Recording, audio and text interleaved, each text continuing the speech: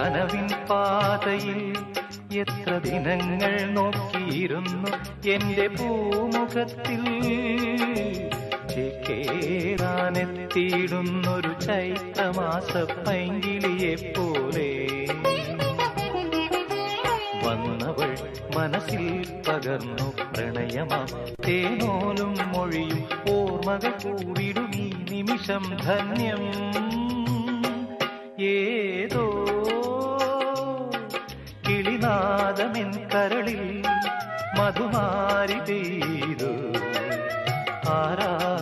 ആരാഗമാധുരി ഞാൻ നുകർന്നു അതിലൂറും മന്ത്രമാം ശ്രുതിയിൽ അറിയാതെ